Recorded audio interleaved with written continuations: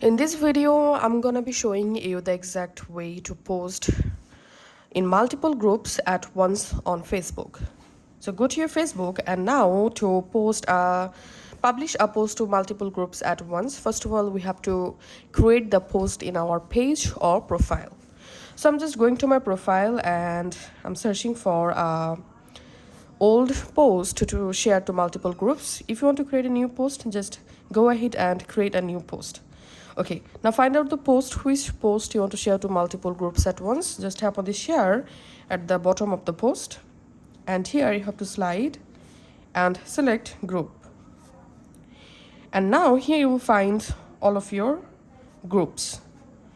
Now we can see I can select up to 10 groups at once to share the specific post. So I'm just selecting 10 groups and then just tap on next and tap on post, and the specific post will be shared to your selected 10 groups at once.